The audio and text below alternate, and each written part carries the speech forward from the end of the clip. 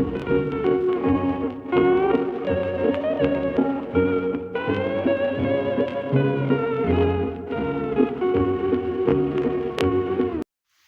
Guys, welcome back to my channel. আশা করি তোমরা সকলে খুব খুব খুব ভালো আছো। চলো দিনটাকে স্টার্ট করি।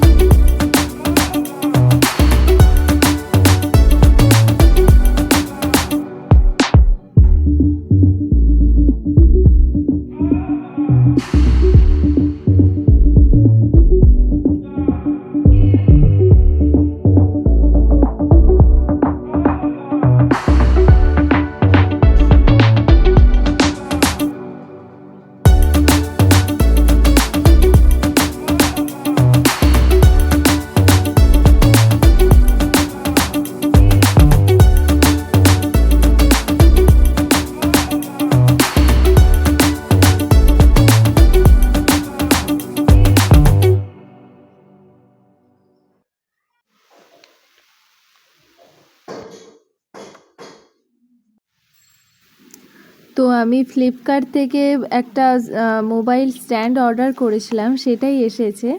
তো প্যাকেজিংটা দেখো কত সুন্দর। তো চলো দেখি কি আছে।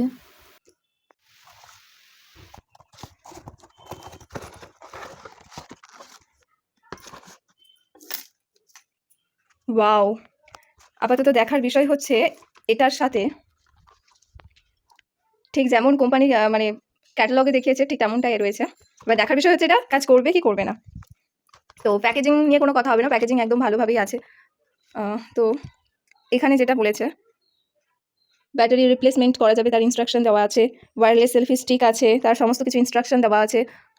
ফোন হোল্ডার কীভাবে কি ওপেন করতে হবে, কিভাবে স্ট্রেচ করতে হয়, কোন পার্টটাতে হোল্ড করে ফোনটা বা ক্যামেরাটা থাকবে, এবং তার সাথে সাথে আছে যে কিভাবে মানে এর যে ফুটগুলো আছে যে ট্রাইপড টাইপের থাকবে সেটা কিভাবে ক্লোজ করা যাবে, কিভাবে ওপেন করা যাবে, সমস্ত কিছু ইনস্ট্রাকশন খুব ভালো মতো করে দেওয়া আছে।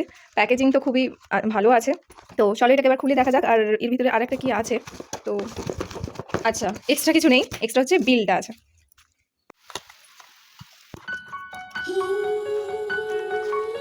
ওয়াও,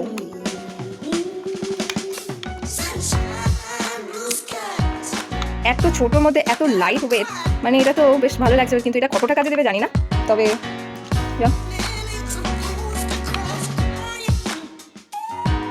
আই থিঙ্ক এটা ফোন হোল্ডিংয়ের জায়গা। আর এটা মনে হচ্ছে ওই স্ট্যান্ডটা। তো বেশ, এটা রিমোট সিস্টেম সুইচ আছে। আর এটা তো এটা আমি ইউজ করে আপনাদেরকে আরেকবার তারপরে জানাবো যে কীভাবে, কারণ আমার কাছে তো এটা নতুন, তো আমাকে আগে পরে ব্যবহার করে দেখতে হবে।